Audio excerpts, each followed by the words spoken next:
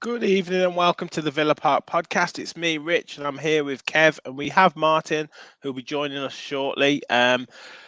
Great to see you, Kev. It always seems to be that we get back into the swing of it with a couple of podcasts, and then we have another enforced break. Obviously, with World Cup final, and obviously we played the game against Villarreal, but one or two things that we were busy with last week. But I don't think it was a particularly great game anyway. But now we are back with a bang, mate. It feels finally now we've got this bloody World Cup out the way. God, what a distraction that is! It's like a breakdown on the motorway, ain't it? Delaying you to get to your destination. Exactly. Come on. I mean, obviously it was fantastic for one of our players certainly, but it feels like we're almost back to the real excitement now of this Unai Emery era and the second half of the season. So I for one cannot wait to get back to Premier League action. Absolutely. We're getting comments flying in already, so we'll get through them. Please drop a like on the video. Please subscribe if you haven't already. We are back on the road now properly to 1,000. We're nearly at 750. Back on the road to 1,000. So yeah, please help us get there if we can before the end of the year. That would be absolutely amazing. We're going to talk, of course. We're going to talk about what our expectations are for the season ahead. What we want from Villa. What we're going to take a look at the fixtures, the league table, all that, and kind of build that anticipation again for the season. We're going to talk transfers, ins and outs, the rumour mill's flying. Also around outs as well. Who's going to leave? There's talk of maybe Coutinho moving on, and that'll be some big money off the wage bill. So we'll talk that, and we'll also, of course, we'll start with our World Cup winner. Of course. Mr. Martinez. I mean, we'll get into the antics and all that in a bit, but I mean, first of all, what a fantastic achievement for him, and what a journey he's been on. It's incredible, really. The self-belief he's got is fantastic, and I do think that we can talk about the antics shortly, absolutely, because there's plenty to talk about with that. But for someone who was on loan so many times, Reading, Oxford, all those different clubs over the years, who had this kind of belief, didn't he? There's that quote coming out saying, the last World Cup, he was nowhere near the Argentina squad, wasn't even a first choice goalie. And then, he did really well for that second half of the season with Arsenal, won the FA Cup, was told he was going to get the vote of confidence, and then they went for Leno instead, came to Villa, and obviously, equaled the Premier League record of saves, but then wins the Copa America, wins the Finalissima, I think it's called. Yeah. The Euros winners against Copa America winners. And then, I mean, he's won the World Cup. It's what an unbelievable achievement, and can only be good for our dressing room. You've got Doug Luiz winning the Olympic gold. Probably a few of the lads in there have obviously got was it the Al-Wada Challenge Cup we won the other week? Yeah, well, exactly. I mean, that's obviously the biggest one out of the lot, to be fair. Yeah, I know. Martinez is probably upset he didn't win that, to be fair. Yeah. Knowing his standards. Yeah. But and he's also, in the fact of the matter is, what I love about the story even more is the Argentina's start of the World Cup. They lost to Saudi Arabia. They did. Yeah, 2 shots he probably could have done better with. At least, you probably would have argued that. And I heard Big Neil Cutler on a podcast saying he knows what kind of character Emi is. He would have been upset. So to come back from that, and I mean, to make that save at the 123rd minute, last kick of the game, clean through, and Carlo Martinez caught it well. It was going in the corner. Yeah, there it is. I mean, Michael S. We'll start with the good. We'll start with the good. This is obviously the good. I mean, what a save. I mean, it's got to be up there with one of the greatest saves in World Cup history, because the time it was in the game, the obviously the emotion that was felt in that moment. Argentina going being 2-0 up, then back to 2-2, then 3-2, back to 3-3. A chance at the this happened before their chance, didn't it? But literally last minute, and the ball goes over the top. He's completely clean through, and you've got a save that's made there. It's incredible, absolutely incredible. Unbelievable. Here we are. Martin, sorry, let me just get my banner off here because, in honor, he's not Martin Leonard today. He's actually Martinez.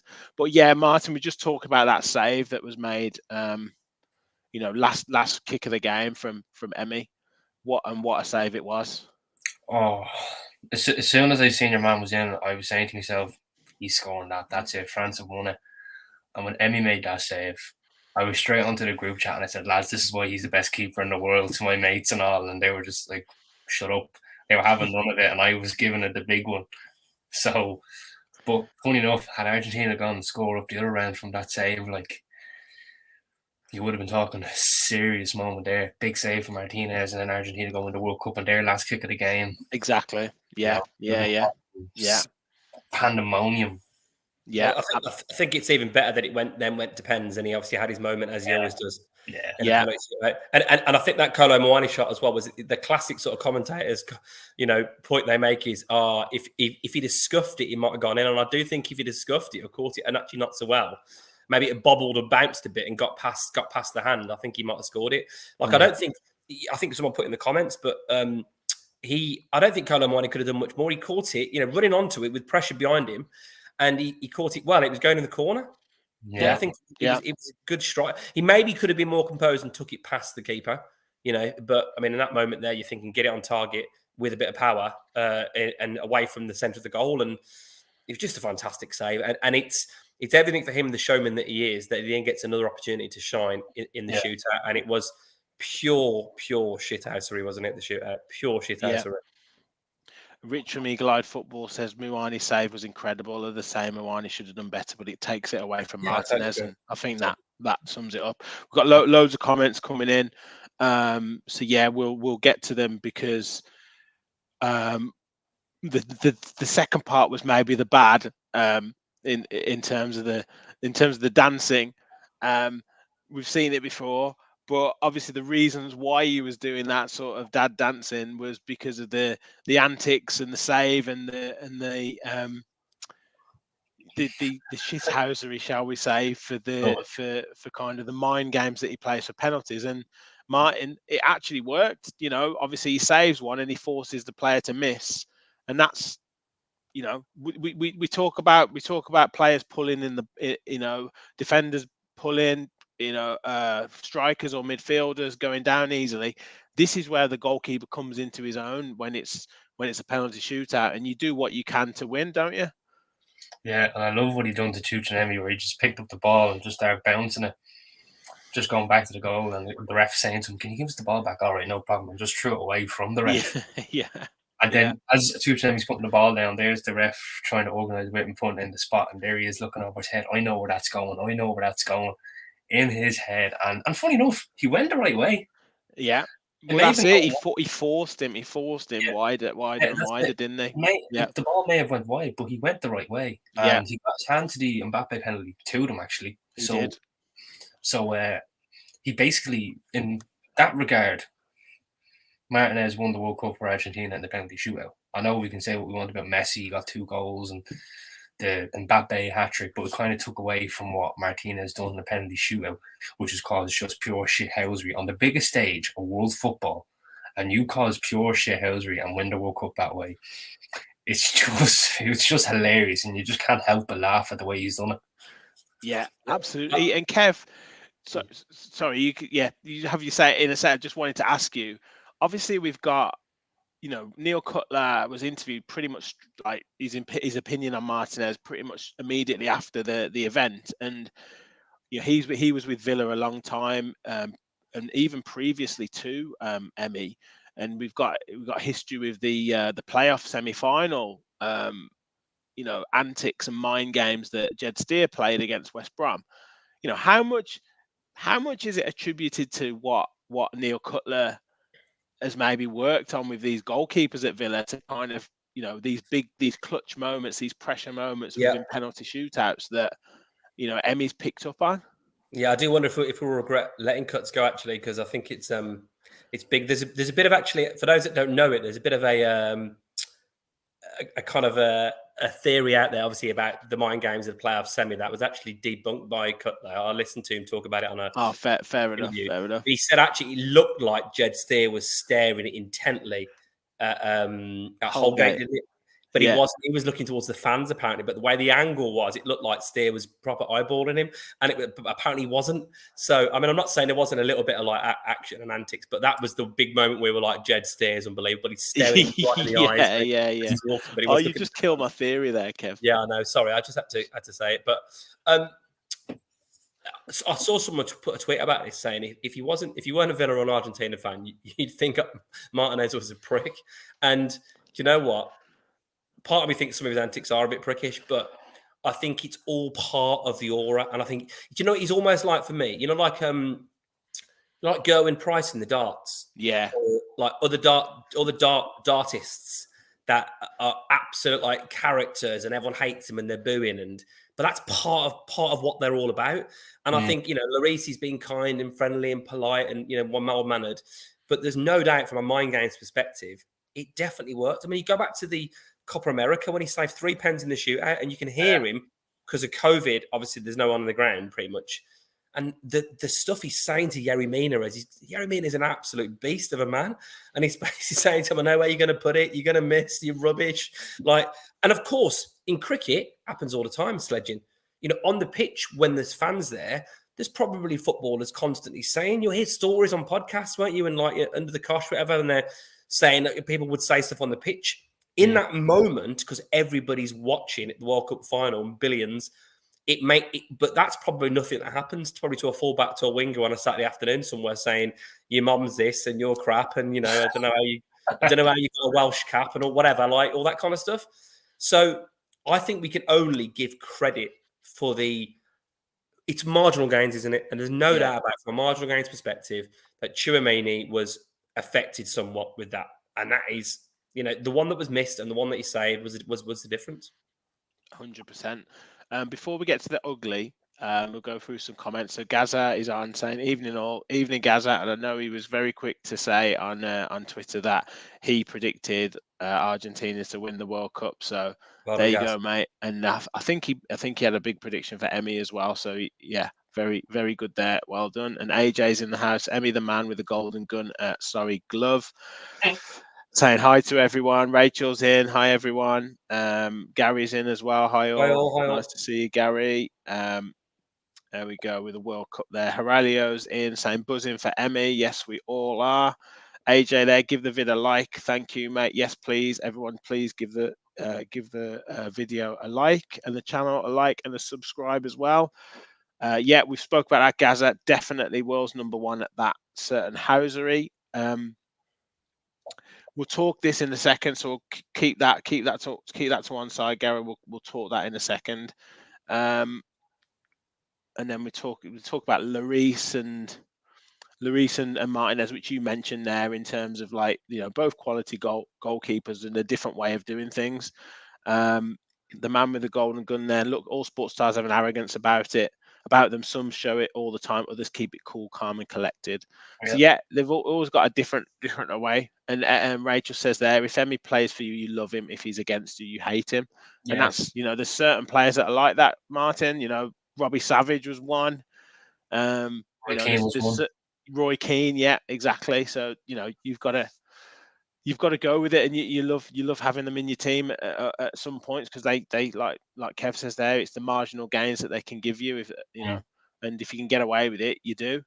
Now, I also think as well, mate, that Emi's clearly a nice bloke when you see him in interviews, and he's actually clearly quite humble. And I think he's trying to play up to it. And actually, I think Savage is actually quite a nice bloke when we get to know him a bit. He's a decent fella. And I think Roy Keane, as much as he's a bit cantankerous, he's also he plays to it, doesn't he? As well, like they're both But on the pitch, it's like it's war, isn't it? Like they're not taking any prisoners on the pitch. So I don't think he's innately a bad guy. I just think he's using a bit of power, and it's great. It's great. Yeah. So onto the so-called ugly. We can't not comment on this. I mean, what is this about? Like I heard that Oh he my did it God. in the Copa America as well. I'd love to know what someone if someone could explain it. But yeah, the guy in the background didn't seem particularly enamored by it.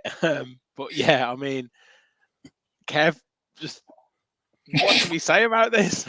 I mean, when he did it, I'm sure, like a lot of people, Villa fans and non-Villa fans, I think we all just went, "Oh, what have you done? I mean, you've ruined it." You're like, it was like Will Smith at the Oscars, wasn't it? Not quite as bad, but like, just won the Oscar. Like, don't.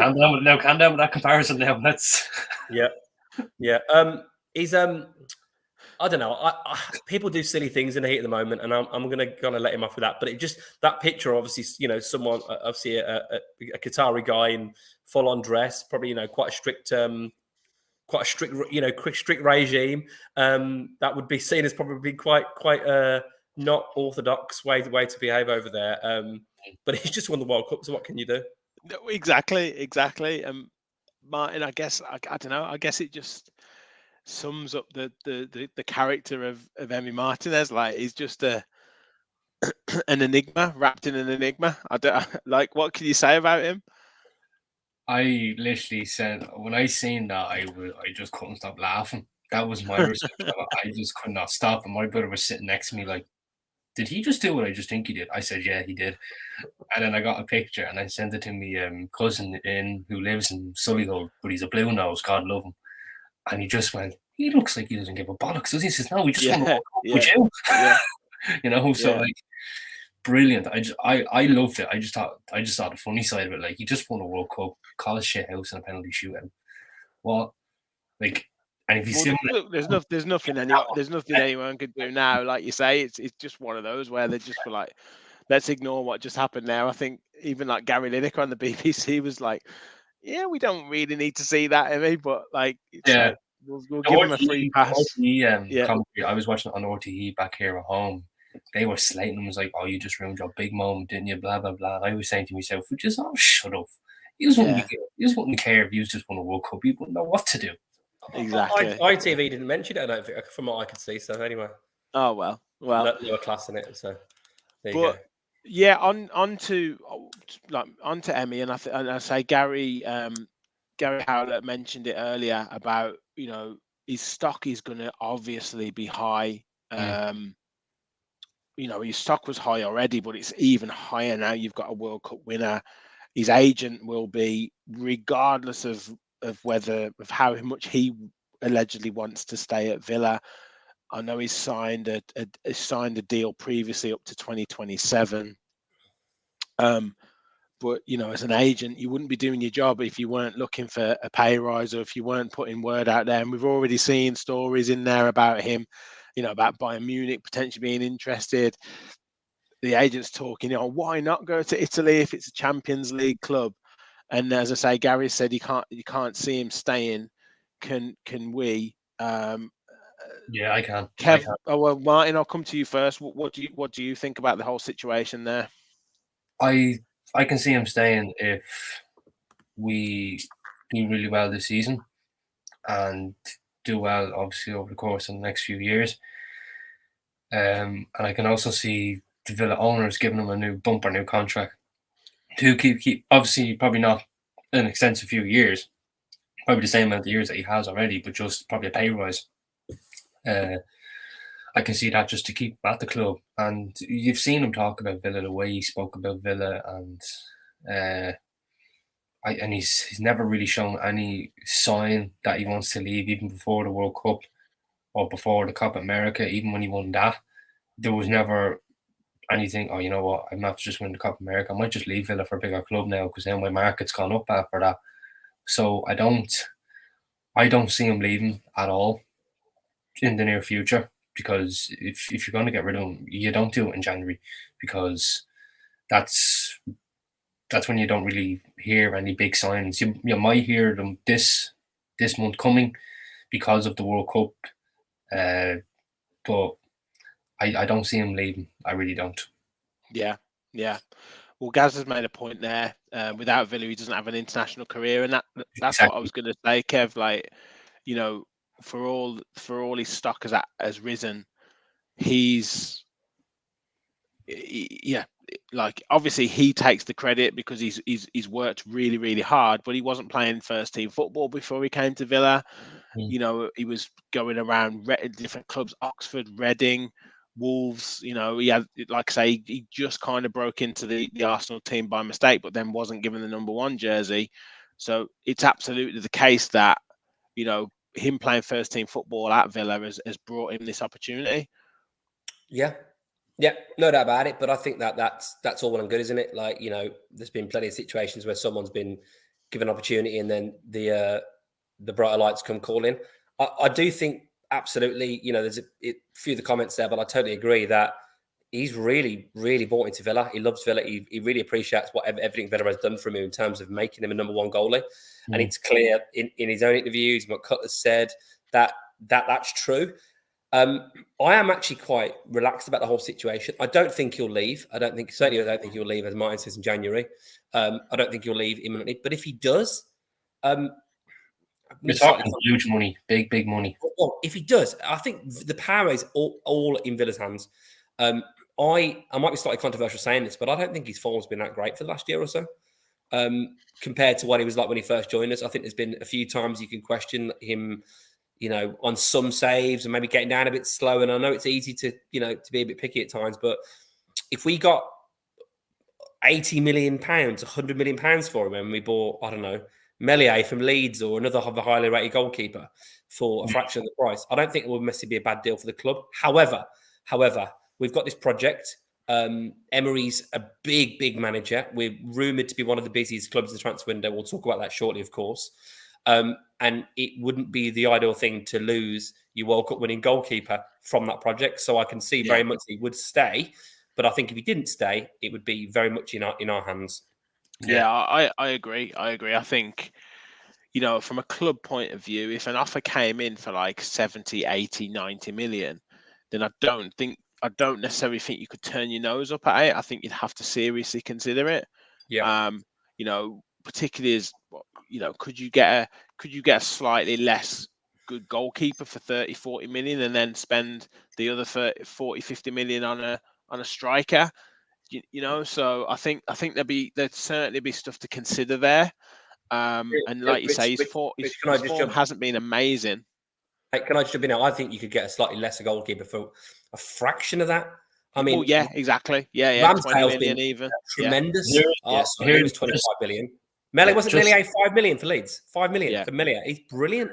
Yeah, just on that, I can see this happening if Martinez was to be sold. I could see Villa signing a keeper before selling him, because if we sold him, let's say for the 70, 80, 90 million that Rich are on about, then all of a sudden teams will know we'd be looking for a keeper and their prices just goes up for their keeper all of a sudden. Where if we sign a keeper before even selling him, we're losing that certain tax, if you want to call it, on paying for a keeper, because then teams will know we're desperate and we'll have to pay whatever money for them.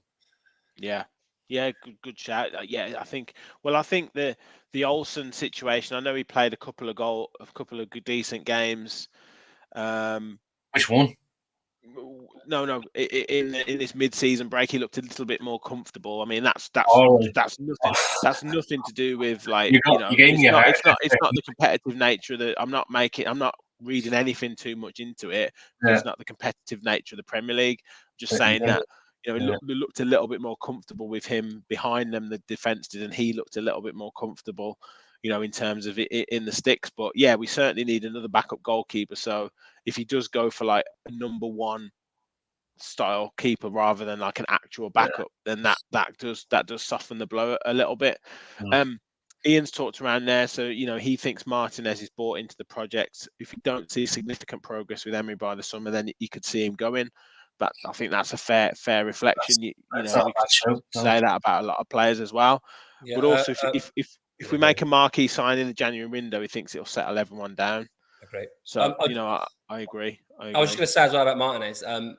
The one thing I think he's done a lot better, as much as I've criticised him a bit in terms of his form, been a bit patchy. I think, and he did this really well in the World Cup as well. Coming for crosses, he's done it a lot better for Villa lately. but it really calmed everything down. The amount of times at the World Cup I saw him just coming out and demanding the ball, commanding his box. And I think that's been a big aspect of his game that he has really improved on. And I think if you're going to get a keeper in, you don't want a keeper that's flapping. You don't want a keeper that's unconvincing. You want someone that's going to be a presence. The thing we've got to get is we've got to get that presence, because the other thing is this, isn't it? Is whatever keeper you bring in, great. It financially makes sense to bring in a keeper for 10 million that's got loads of ability. But you want a dressing room of winners. And if Coutinho does move on, that's one person with that experience of Champions League winner, being a winner that's going to go. You want a dressing room of people that are leaders, that are winners, that can bring the rest of the players through. And Martinez is absolutely a winner now. He's going to win the FA Cup, Copa America, Finalissima, and the World Cup. So he's right top of the tree now in terms of what he's won trophy-wise internationally. And I think if you're going to replace him, you've got to make sure it's someone of a similar pedigree, or at least the potential to be similar pedigree. Yeah. Well, you mentioned Mr.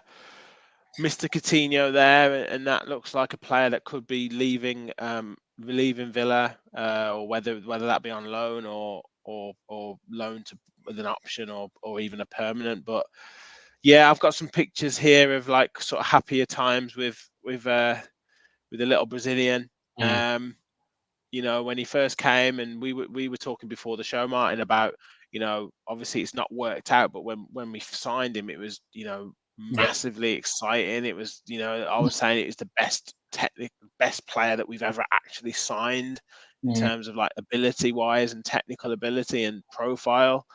Obviously Grealish came through the academy, but Coutinho is just, unreal. But for whatever reason, it just hasn't worked out, and you can't see him fitting into the Emery style of play, can you, to be fair? No, and I did see, it was when I saw a post that he had an injury for 10 weeks after Gerrard was sacked. I don't think it was the Villa page, the official Villa page, so I think it was one of the fan pages, that he was out for 10 weeks. And I said to myself, I find the timing very strange in that, because Gerrard just got sacked. Now all of a sudden he's a 10-week injury on an ankle or something like that. And then now I'm seeing an agent is keen for him to move to Corinthians in Brazil, and Posey, the stumbling block is his salary, because he'd be the highest earner, because he's like, I think it's something like he earns 50% more than the highest earning player there. So, and apparently they're going to try and make that work in January. And I just find it a coincidence that now he was just a Gerrard sign. He was only simply there for Gerrard. There was no one else. He's not there. And now that Gerrard's gone, he looks like he wants to jump ship very, very quickly. Do I blame him? Probably not, because it hasn't really worked out for him. It hasn't. The first 5 so games, we were all loving him, buzzing, and 4 goals and 3 assists in those games, and we were like, "Yeah, what a signing!" And we made it permanent then in the summer for 20 million, 17 million, I think it was, and now he's just literally done zilch, and I mean zilch. Like, if he's on the football pitch, you're like, where is he? You were nearly playing with 10 men half the time. And so I personally wouldn't have an issue if he was to leave. I think sometimes you play better without him, rather than with him. So I personally would not have any issues with this one leaving. I wouldn't. Yeah. Kev, it's just, it just hasn't worked. And I think the way that Emery wants to play, I just can't see Coutinho fitting into that style of play in terms of the work rate that we're going to need. Obviously he could come up with a moment of magic, as we've been known to be waiting for under the Gerrard era. But yeah, I think it'll probably be seen as a bit of a wasted opportunity for both parties, to be fair, unfortunately. And great player, but just not right for Villa, and probably just past his best. Yeah, it's a real shame, because I was waxing lyrical about him when we signed him, and just so excited to have a player of his ilk. And then, I'll never forget. I think it was the first night game I took as in dark game I took my daughter to, and she's kind of half interested in football. And was when he came off the bench for his debut against Man United, and like changed the game. And it was just mate. And then that Leeds 3-3 draw, he was unbelievable. One of the best performances I've seen, in years at Villa, apart from a player. Southampton 4-0. There's quite a few games where he was different class, but it kind of feels a bit like he's almost where Ronaldo is at the moment, where like he's not much of a team player and he's a bit of a luxury player. And Ronaldo's had an unbelievable career to keep going to 37, whatever he's 38. But it's really painful because you'd think in any kind of team, any kind of system, a player of Coutinho's ability to create moments of magic would be great. But it just seems this season, as Mark says, that he's done nothing. He's done nothing since August, and I can't think of any. He had no goals, no assists. The game. I mean, I remember when we were at Forest Away, Rich. Like the game was just passing him by. I'm clinging on to a point when he kind of like. I think he nutmegged the left back at one point and put a cross in that went out. And you guys got caught on telly. Yeah, well, that was our face probably at that time. No, it was. It's right. He's games passed him by. We commented, before whenever he was asked to close someone down, it was like he put his head down as if it was like, why are you asking me to do this chasing? And it, you only need one of those in a team, and it kills it. It kills it. And Aurelio said there, Buendia is better in that position, and even Buendia's kind of not getting in all the time at the moment, but we know how hard he works. And it's a clean slate from Gaz's opinion, but it does look like we could be seeing the last of Coutinho. It'll be a strange situation though, because his wages are probably being paid by 3 different clubs, and I don't know if that's allowed.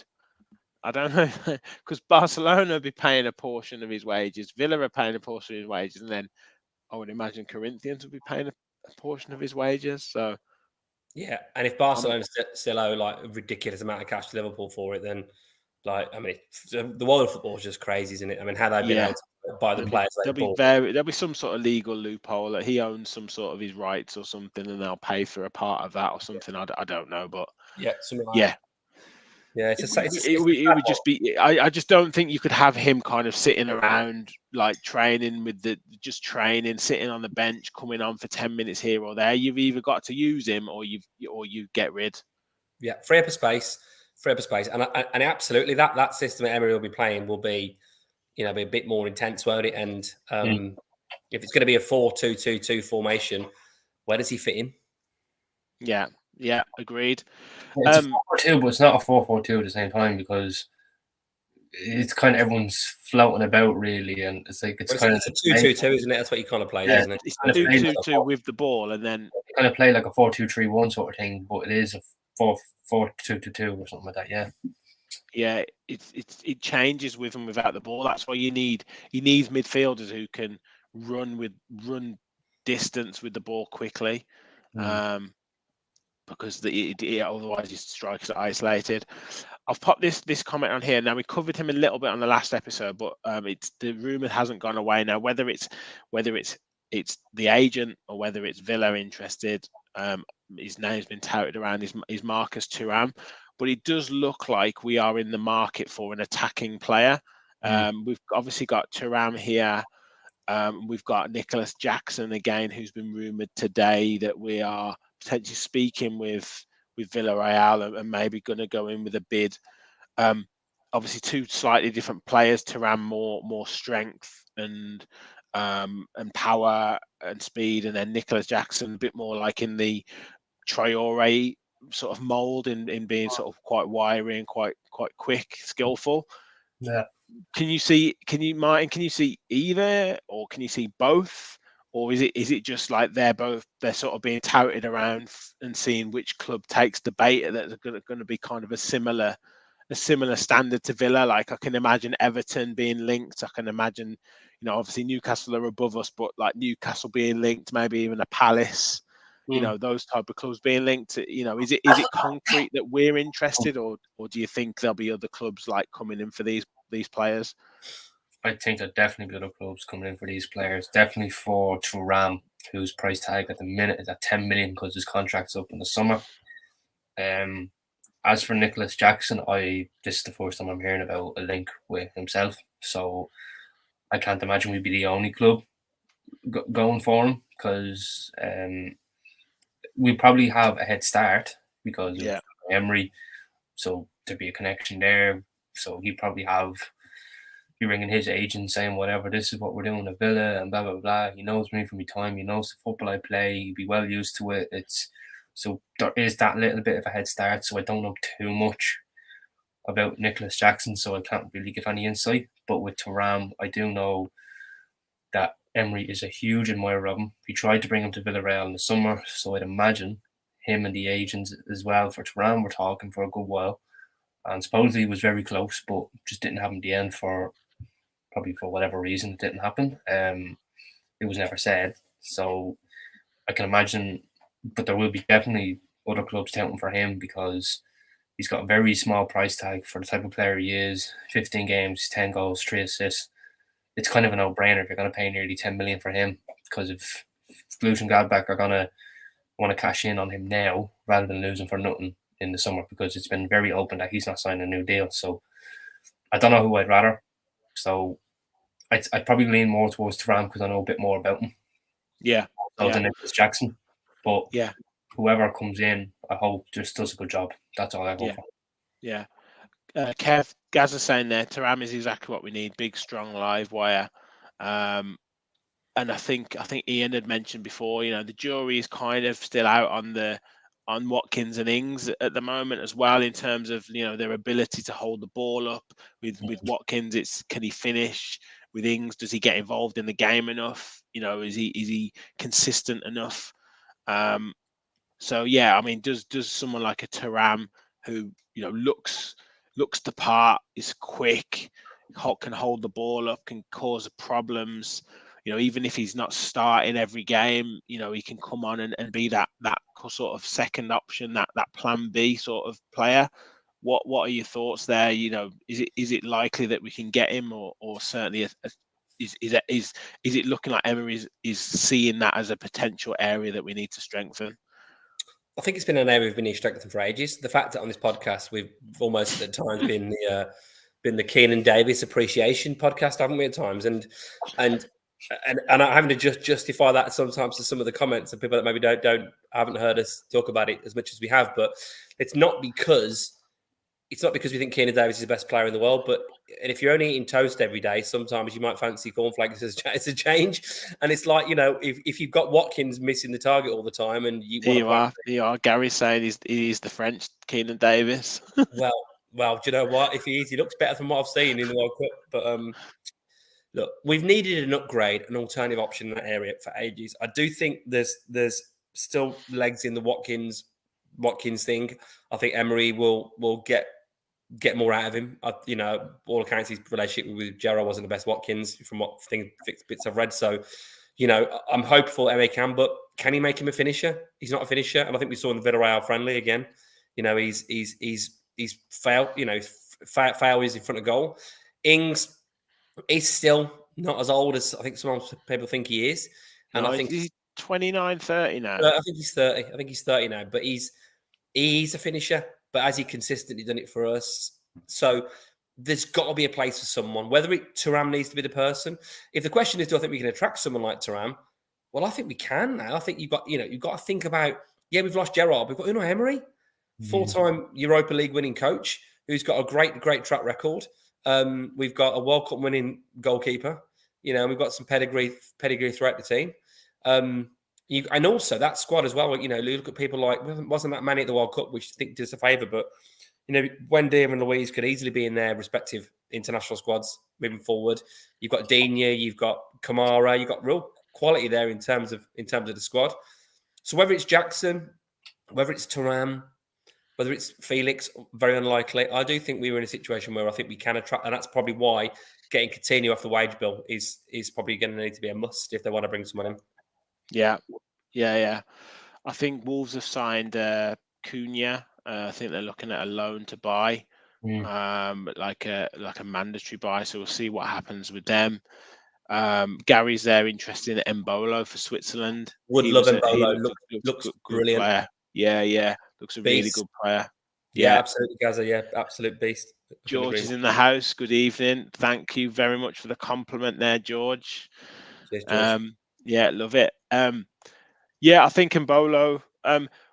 Just on the back of that on the World Cup, I was really impressed, and it's not a player in a striking position, but I was really impressed with Amrabat for Morocco. So good. He's a phenomenal player. I think I've heard that Liverpool are interested. Yeah, Liverpool seem and he's from Fiorentina. But did anyone else sort of catch your eye from the World Cup in terms of? Bono. Sorry, Bono from Morocco. Yeah. Keeper. Yeah. Yeah, I mean, Morocco with that team, weren't they? That every man and their dog are going to take a player from Morocco. Yeah. But yeah, I think they really impressed. He really impressed me. Amrabat was incredible. Yeah, I thought Hakimi was good. I thought Boufal was good. Who was the guy they had? It was Ziyech. Wasn't there a midfielder? Another guy, I can't remember his name. Begins with an I, but there's just some. I thought Morocco were the team. Amrabat actually initially, when I thought, is that the guy that played for Watford? And when I looked at Amrabat, thinking who he was, it was like, he's 35. He plays in like some random league. No, it's a different Amrabat. I was like, he's running around like he's a 25-year-old. I think he pretty much is. Yeah. I tell you what else who really impressed me was the Croatia right back. What was his name again? Joseph.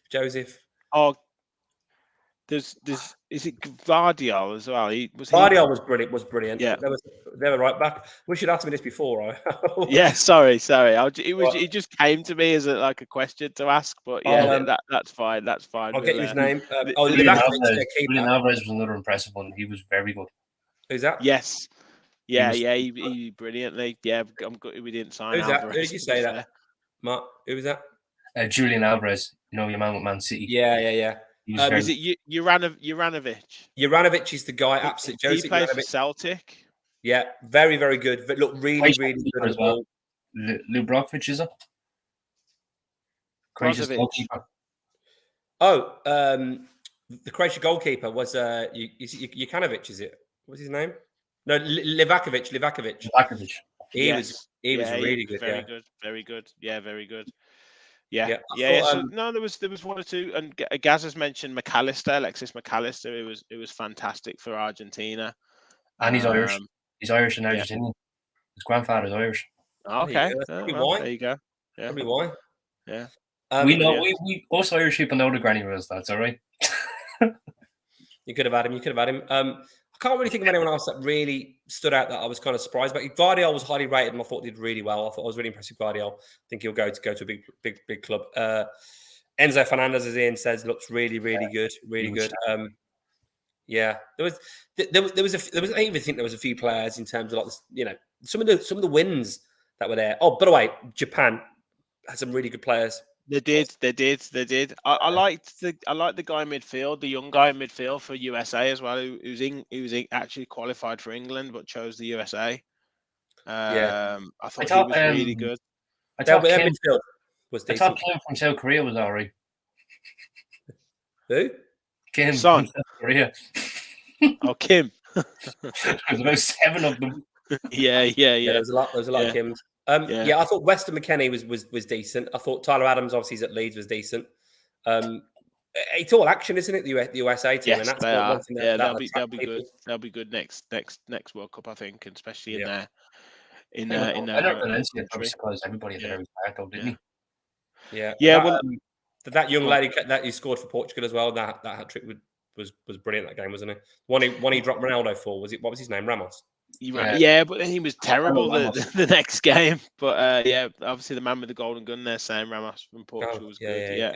Yeah. Well, it'll be interesting, and I'm sure a lot of those players will get touted around. But yeah, I think Gary asked a quick question before we move off for the transfers. Do we go overboard? Do we have to go overboard like Newcastle did for the striker they signed, as in Isak, to get someone to come to us? No. Do we need to go like big bucks? No. Is Emery going to go like massive?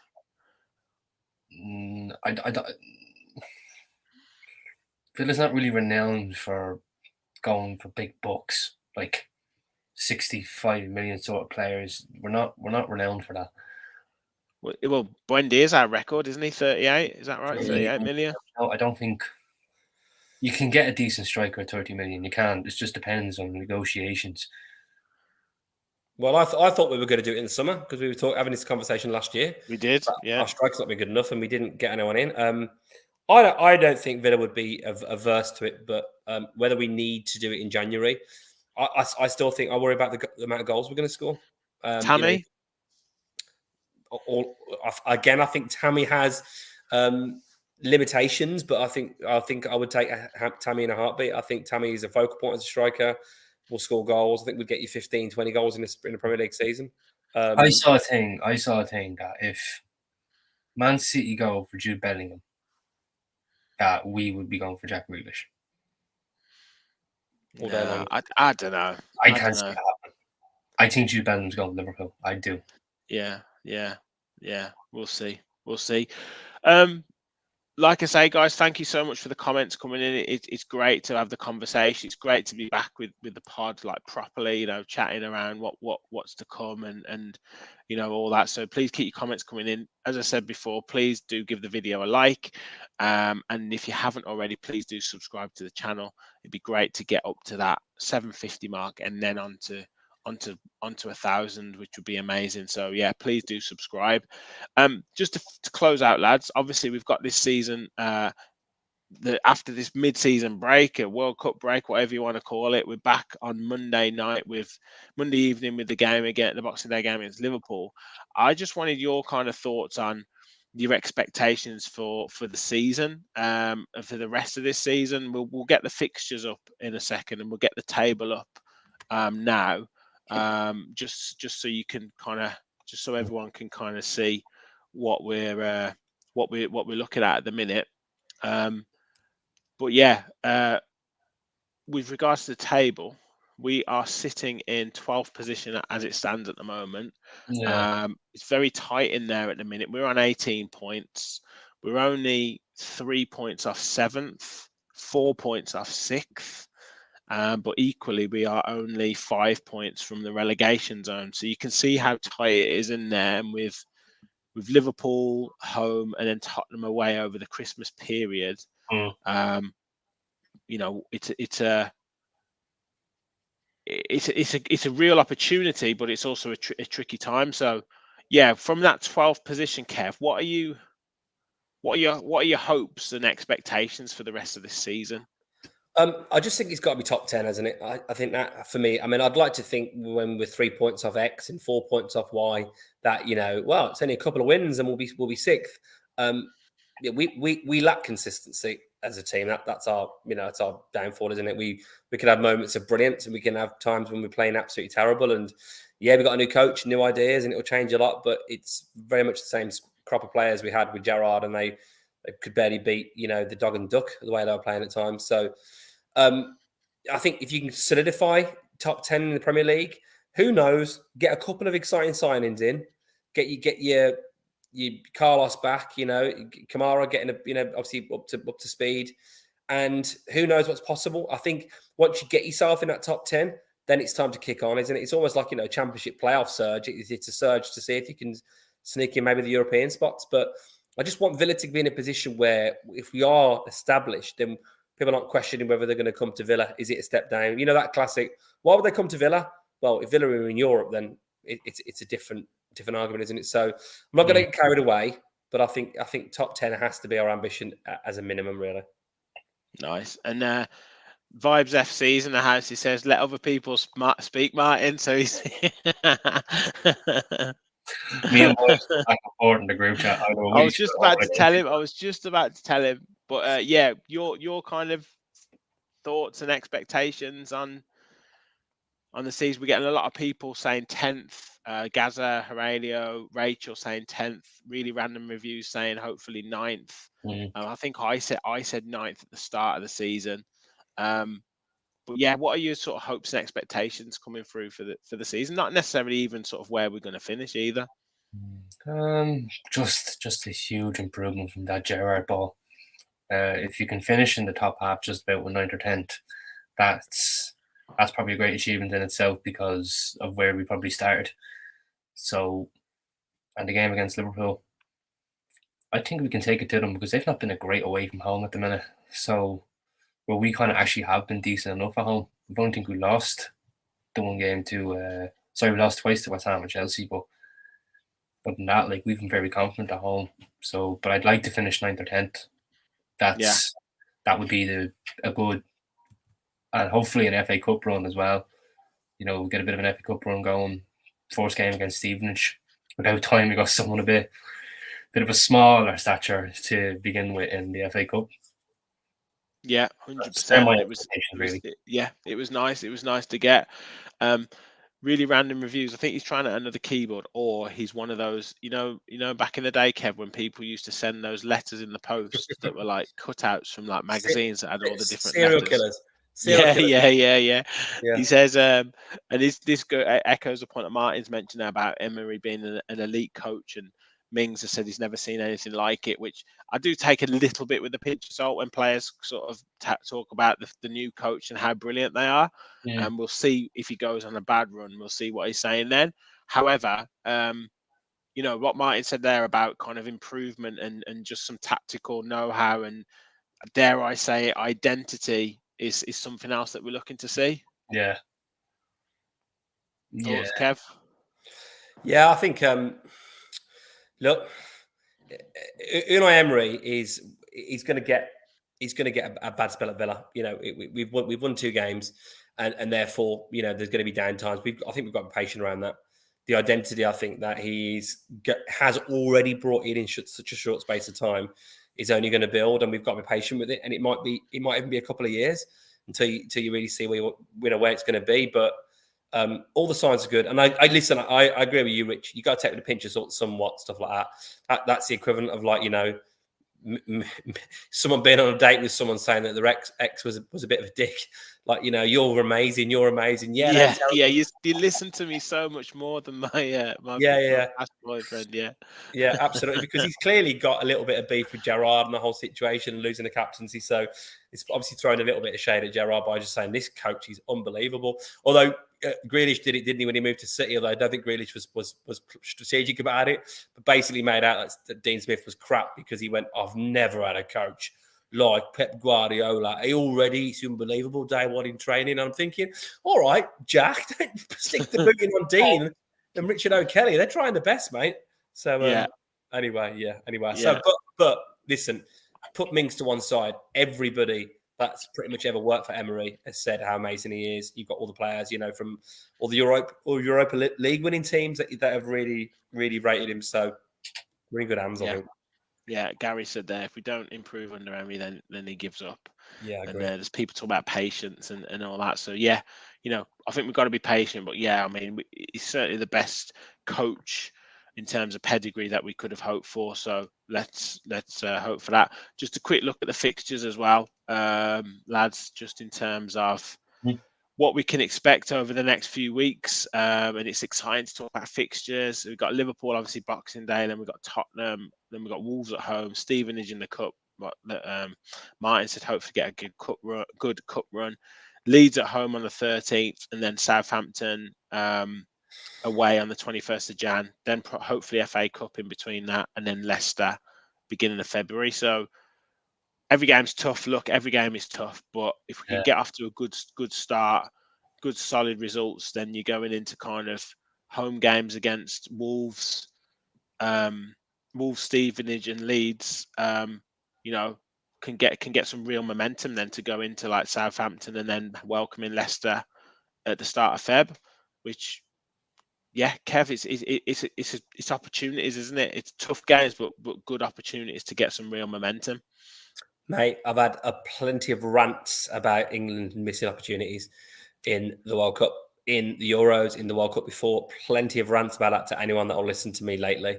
And I think it's another example of life being opportunities. You know, Villa have got your season isn't defined if you lose at home to Liverpool on Boxing Day and then lose to Spurs. But what an opportunity you've got with the fact that they've probably had a lot more players away than we have, and we're in front of what will be a buoyant crowd because there's been a longer break than normal. Everyone's desperate for football, Christmas mood. As long as people can get to the ground with any, like, you know, travel restrictions or weather restrictions, whatever, I think it's going to be an amazing atmosphere. It'd be great if Emi was there, even if he doesn't play, just to kind of get the atmosphere going. But you've got to take it, and I think a win against Liverpool at home, I think that can set you on a bit of a run, because I look at some of those games, maybe Spurs aside, and even Spurs are pretty hit and miss. Wolves, Southampton, Leeds, there's points to be played for there for Aston Villa, absolutely to be won. Yeah. Martin, any thoughts from you in terms of those fixtures, of echoing what Kev says, big opportunity for us? Yeah, like Kev said, 10 teams that you've just seen, very hit and miss. Spurs, where are Spurs in the league? Are they fourth, fifth? I think so. Yeah. I've got yes, fourth at the minute, 29 points. Even at that, they still been very hit or miss, and a lot of people aren't happy with Conte, and they're sitting in fourth. I'd be loving life if I'm sitting in fourth, regardless of hit or miss. But Liverpool, away from home, dodgy. They've not been great whatsoever. Their only win was against Spurs, I think, and that's a great opportunity there. First game back, Villa Park, Liverpool haven't been great away from home. That is a huge, huge opportunity just to get something out of that game, and I believe we can. Wolves, big derby, they've not been great this season. That's another, hopefully, points there on the board. Stevenage, like I said, a decent cup run. If we can get lucky with the draw, anything can happen there. The game against Leeds, I'm going to be going to that. Hopefully, it'd be nice to get a win there as well. And then if we have an FA Cup game after that, that would be nice as well. So hopefully, all them teams there, they are hit and miss. They haven't, just hopefully they're not a hit when they're playing us. But just hopefully we just get a few points on the board just to help us get up that table a little bit. And it starts to give us a bit of confidence then. And then you're looking into Conference League or Europa League positions, and it can set a tone then for the season. Yeah, agreed. I think, all good points, but from both. Yeah, it's a massive opportunity. Look at how tight that league is. Similarly, all those clubs will be saying the same thing. Leicester will be saying the same thing. Palace will be saying the same thing. Even the likes of Fulham will be saying it. Even like Bournemouth, for example, they'll all be saying that same thing. And then the likes of Chelsea, Liverpool, they'll want to be getting a gap emerging between them and the mid-table clubs. So the other thing I was going to say about this just finally is that, again, look at the season when Leicester won the Premier League, massive opportunity, and at the times when other clubs have kind of done exciting stuff, is when you've got so many teams that are not on great form. Even Liverpool aren't on great form, really. You've got Man City head and shoulders, Arsenal head and shoulders above everybody else. On their day, I think everyone else is beatable. You've got new manager in at Chelsea. They're a bit of a hit and miss. Some of their signings have been a bit hit and miss. Liverpool, as Martin says, have not been great away and have been a bit hit and miss. Spurs, we've discussed Spurs. If there's ever a time when, again, people are a bit weakened, then you need to capitalise. So that maybe the need to have a decent window to try and do what Newcastle did, albeit for them to get away from relegation. But they got so far away from relegation that they nearly won the league, pretty much in terms of the actual progression they made. Yeah, like the form table, yeah. Yeah, I mean, exactly, the form table. If we could have a similar impact by bringing some players in and actually maybe sneak a 7th or 8th rather than an 11th, it kicks you on further. So given the season as it is, given the situation as it is, the fact we've got a new coach with progressive new ideas, we've not had many players away at the World Cup at all. They should be rested. They've had more time to galvanise. We won our last 2 league games before coming, including, win against Man United and that old hoodoo. We've got an easy cup run. I don't want to, that doesn't come back to haunt me, but, as good as you can have.